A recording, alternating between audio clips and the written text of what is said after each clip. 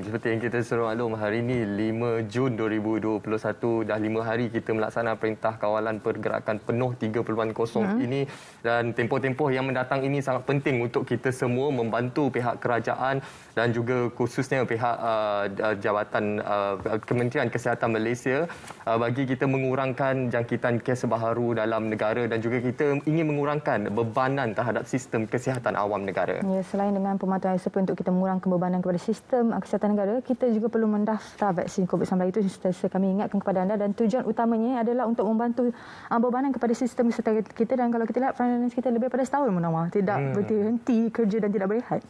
Itu antara cabaran yang perlu dilalui kita semua sebagai rakyat Malaysia dalam menepani pelbagai implikasi ataupun kesan daripada pandemik COVID-19 ini. Seperti yang kita sudah maklum, kerajaan sangat tegas dalam melaksanakan pelbagai tindakan dan juga inisiatif untuk kita memperseimbangkan antara kesihatan awam dan juga ekonomi negara. Terlebih dahulu, selepas ini kita nak bercakap berkenaan kesiapsiagaan pengurusan korban COVID-19, tapi terlebih dahulu kita nak berehat seketika.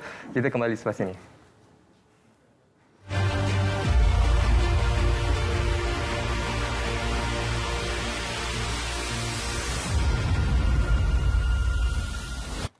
Baik, lindung diri, lindung semua. Seperti yang Munawar kata, di segmen kali ini kita akan bercakap tentang kesiapsiagaan pengurusan korban COVID-19, di mana pengurusan korban COVID-19 memahami proses prosedur tuntutan di rumah mayat serta langkah-langkah perlu diambil oleh keluarga waris agar tetap patuh SOP. Dan bersama kami pagi ini, Dr. Nur Ayuti Masri binti Abdullah, Ketua Jabatan Forensik Hospital Tengku Ampuan Rahimah Kelang. Assalamualaikum, Doktor. Waalaikumsalam. Selamat pagi. Baik, Doktor. Seperti biasa, kita ingin memahami bagaimana dari segi aspek pengurusan jenazah ataupun mayat yang dijangkiti COVID-19, khususnya di bahagian forensik. Jadi, untuk permulaan ini, mungkin Doktor boleh terangkan bagaimana dari segi prosedur pengurusan jenazah ataupun mayat COVID-19 ini, Doktor. Baiklah, terima kasih. Pengurusan jenazah dan mayat COVID-19 di Jabatan Forensik Hospital Tengku Ampuan Rahimah Kelang ini dibahagikan pada 3 bahagian, iaitu yang pertama ialah pengurusan jenazah atau mayat yang dibawa mati ke jabatan kami. Ini seperti contohnya pesakit yang meninggal di rumah di mana mereka mempunyai gejala ataupun kontak rapat dengan pesakit COVID-19 tetapi tidak sempat untuk mendapatkan rawatan dan meninggal di rumah. Yang situasi kedua ialah pengurusan jenazah bagi pesakit yang meninggal dunia di Jabatan Kecemasan Hospital Tengku Ampuan Rahimah Kelang. Dan ketiga adalah pengurusan jenazah bagi pesakit yang confirm COVID yang meninggal di dalam ward di Hospital Tengku Ampuan Rahimah Kelang. Okey. Bagi situasi pertama dan situasi kedua, iaitu yang dibawa mati dan juga yang meninggal di Jabatan Kecemasan, bagi yang meninggal di rumah, apabila mayat atau jenazah itu dibawa ke jabatan kami, doktor-doktor kami akan mengambil ujian swab PCR COVID-19 ini apabila tiba di jabatan. Okey, dan selepas itu kami terpaksa menyimpan mayat ini selama sehingga keputusan ujian PCR itu keluar. Jadi umum mengetahui bahawa keputusan PCR COVID-19 mengambil masa sehingga 24 jam. Sehingga pihak kami memperolehi keputusan ujian tersebut. Begitu juga dengan keputusan ujian yang diambil, swab yang diambil di Jabatan Kecemasan. Contohnya doktor di Jabatan Kecemasan ini mempunyai sebab untuk mengambil swab tersebut, tetapi pesakit meninggal di Jabatan Kecemasan sebelum keputusan ujian tersebut keluar. Jadi untuk jenazah dan mayat ini juga kami akan menyimpan di jabatan kami sehingga keputusan ujian tersebut kami perolehi. Okey. Apa berlaku selepasnya ialah apabila kami memperolehi keputusan ujian tersebut, ada 2 keadaan. Itu di mana yang pertama, jika keputusannya adalah negatif, kami akan memanggil waris dan memaklumkan bahawa keputusan ujian COVID-19 adalah negatif, maka mereka boleh datang menuntut mayat ataupun jenazah tersebut dan menguruskannya mengikut secara normal, bukan secara COVID. Okey, jika keputusannya adalah positif, kami akan menelefon waris dan memberitahu keputusan adalah positif, dan kami juga akan memaklumkan kepada waris bahawa pengurusan jenazah adalah perlu mengikut guideline yang telah ditetapkan oleh KKM, iaitu pengurusannya adalah mengikut guideline COVID. Jika jenazah Islam adalah seperti tayamum seperti mana yang garis panduannya telah dikeluarkan oleh pihak JAKIM, dan jika mayat bukan Islam juga mengikut guideline KKM, di mana coffin tersebut mestilah diseal dan dibungkus dengan baik dan seterusnya dibawa ke kubur ataupun krematorium. Okey. Dan untuk semua pengurus, ya. Selalunya berapa lama jenazah atau mayat itu perlu disimpan, dan apakah prosedur yang dilakukan terhadap jenazah atau mayat itu sendiri?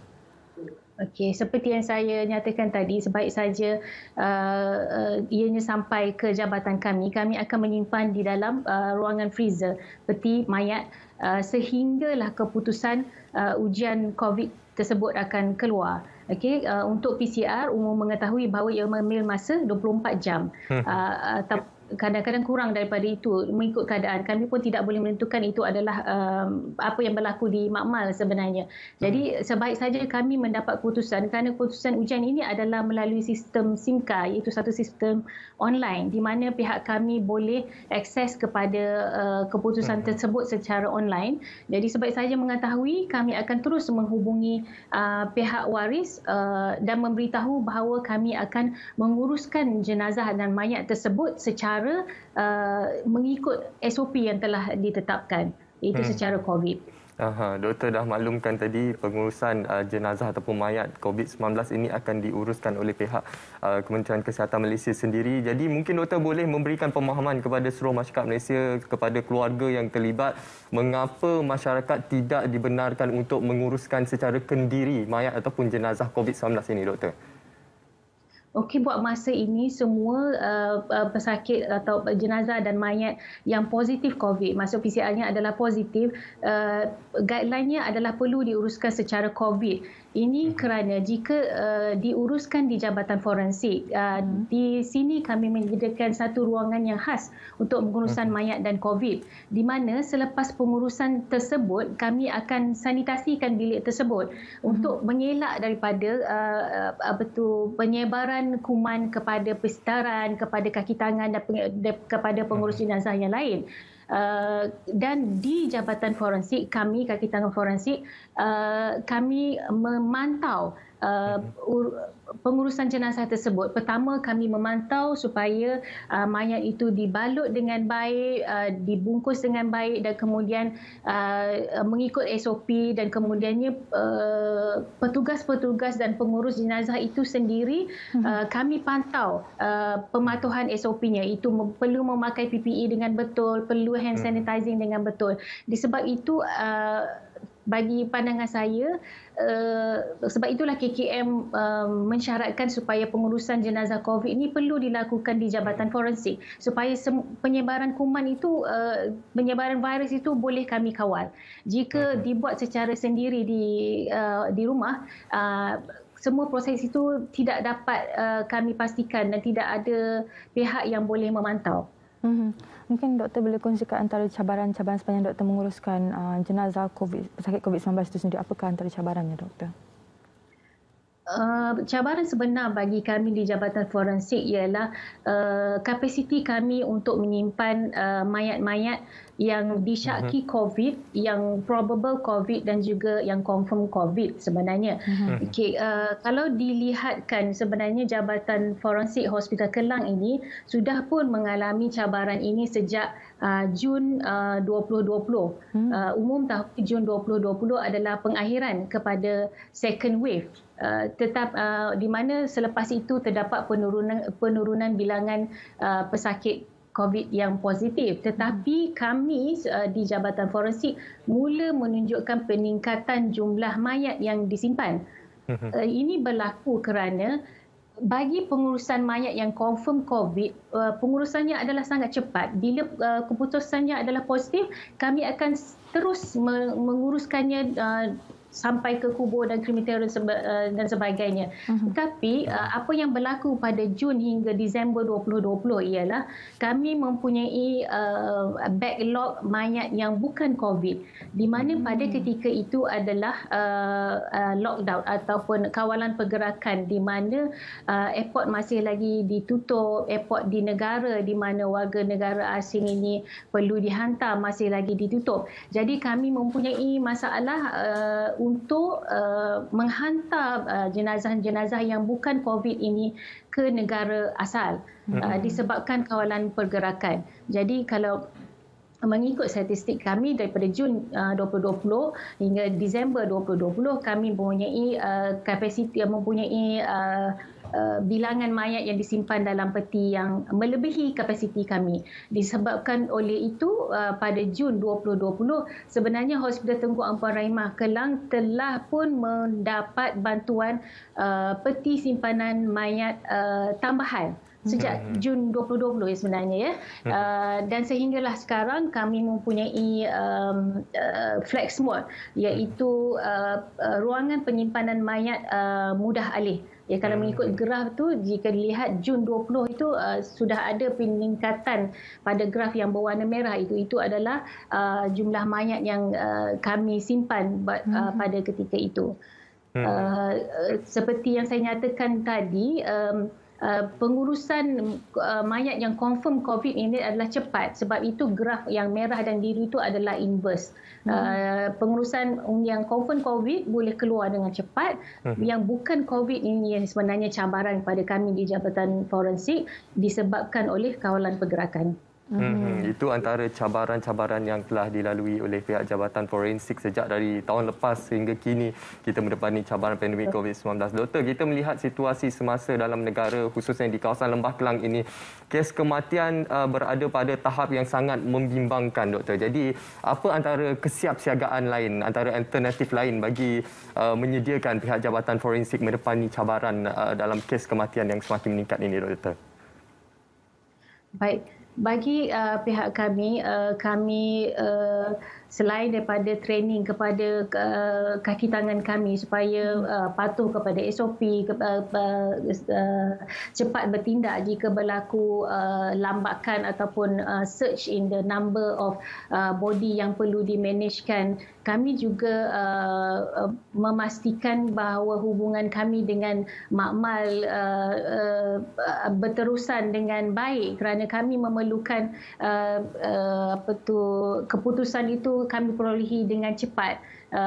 Jadi sekarang ini adanya sistem online, jadi kami boleh perolehi keputusannya dengan cepat. Sebab apa yang berlaku sekarang ni, oleh kerana jangka masa yang diambil untuk keputusan ujian itu keluar terlalu lama, menyebabkan waris tidak sabar, kurang sabar dan terus memanggil kami bila jenazah boleh dikeluarkan, bila jenazah dikeluarkan. Jadi kami perlu memastikan hubungan kami dengan makmal itu berterusan dan cepat ujian makmal itu diperoleh dan sebagainya.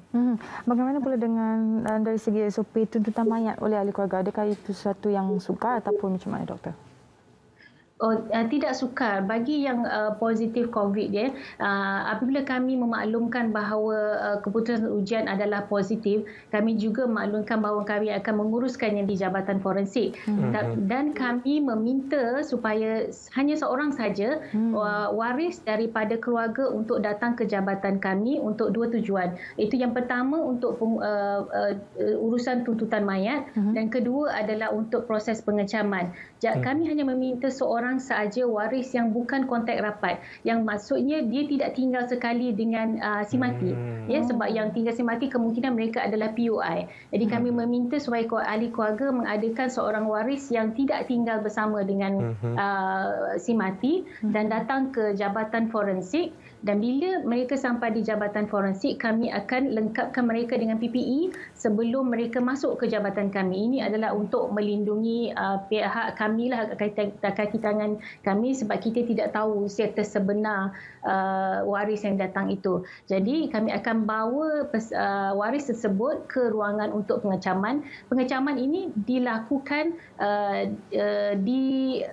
di antara cermin mayat itu berada dalam satu ruang yang dihaskan untuk pengurusan COVID, di mana terdapat satu cermin pemerhati di mana waris akan melihat melalui cermin pemerhati itu supaya tidak terlalu rapat waris dengan jenazah tersebut, dan kami akan rapatkan mayat itu kepada cermin pemerhati itu dan membenarkan waris melihat dan mengesahkan itu adalah ahli keluarga mereka. Dan selepas itu, selepas keluarga menandatangani urusan pelepasan mayat, selepas itu waris boleh menunggu di kenderaan masing-masing, bukan di jabatan kami, sehingga urusan pengurusan jenazah selesai.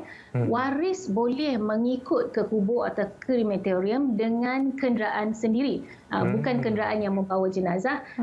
Bila sampai di kubur ataupun di krematorium akan ada hadnya, di mana sampai ke mana waris itu boleh masuk, tidak boleh masuk dekat pada kubur dan sebagainya. Dan ini akan dipantau oleh inspektor kesihatan dari pejabat kesihatan daerah. Ya. Baik doktor, selain pegawai-pegawai di Jabatan Forensik, siapa juga yang antara terlibat dalam pengurusan jenazah ataupun mayat COVID-19 ini doktor? Okey, kami memang bekerja rapat dengan beberapa pihak lain. Yang pertama adalah inspektor kesihatan daripada unit kesihatan awam Hospital Kelang, Hospital HTA ini. Kedua ialah UHE. UHE ialah unit hal ehwal Islam Hospital Tengku Ampuan Rahimah, di mana mereka ini adalah yang menguruskan dan memantau pengurus-pengurus jenazah Islam, ustaz dan ustazah, ya. Sebab UHE ni mereka bertanggungjawab memastikan pengurus jenazah Islam mempunyai latihan dan mempunyai pengalaman menguruskan pesakit penyakit berjangkit. Sebab itulah jika ada waris yang bertanya, bolehkah karya mereka menguruskan jenazah COVID, kami akan tanya balik, adakah karya tersebut mempunyai latihan menguruskan penyakit berjangkit?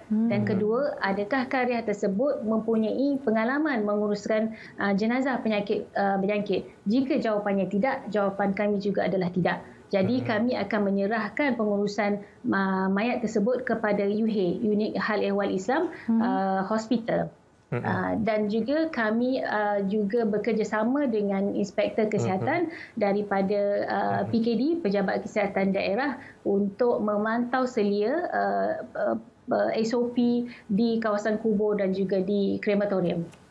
Mungkin doktor boleh kongsikan berapakah jangkaan muatan dalam masa satu masa itu, ataupun setiap hari berapakah jangkaannya? Okey. Sekarang ini kami mempunyai kapasiti sebanyak 48. Dalam satu masa kami boleh menyimpan mayat total, bukan saja COVID sahaja, total 48 dalam satu masa, dengan bantuan peti simpanan mayat tambahan yang kami perolehi sejak Jun 2020 baru ini.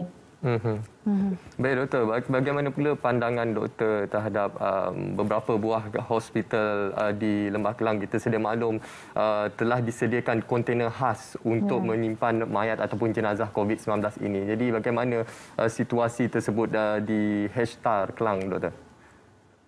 Seperti yang saya nyatakan tadi, kami terlebih dahulu memerlukan bantuan kontena tambahan ini, tapi cuma kami tidak mendapat kontena, kami mendapat flex mod, iaitu satu mobile body freezer yang diletakkan di indoor.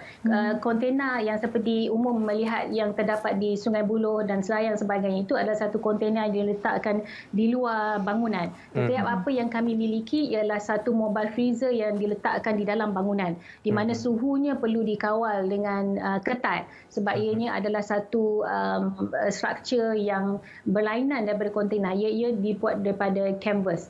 Okey, memang saya berdasarkan pengalaman kami yang mana kami mempunyai masalah penyimpanan mayat disebabkan pandemik COVID-19 ini sejak Jun 2020 lagi, memang saya boleh nampak keperluan untuk mendapatkan kontena itu sesuatu ataupun sebarang bentuk ekstra penyimpanan mayat di setiap jabatan forensik, kerana bukan saja kami kena menyimpan mayat yang menunggu keputusan makmal, kami juga perlu menyimpan mayat yang bukan COVID yang mana tidak dapat dikeluarkan disebabkan oleh kawalan pergerakan.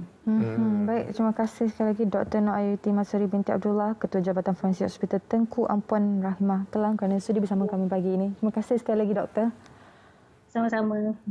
Baik, kita harapkan melalui perbincangan kita tadi, kita dapat memberi pemahaman kepada seluruh masyarakat Malaysia bagaimana dari segi pengurusan jenazah ataupun mayat COVID-19 ini. Dan seperti yang kita sedia maklum, dengan kadar kes baharu yang berada pada tahap yang sangat membimbangkan, begitu juga dengan kes kematian saban hari. Jadi kita harapkan ianya tidak memberi bebanan kepada sistem kesihatan awam, khususnya dari segi pengurusan jenazah dan juga mayat COVID-19 ini. Betul, Tuan Nawar. Dan sekarang kita akan berehat seketika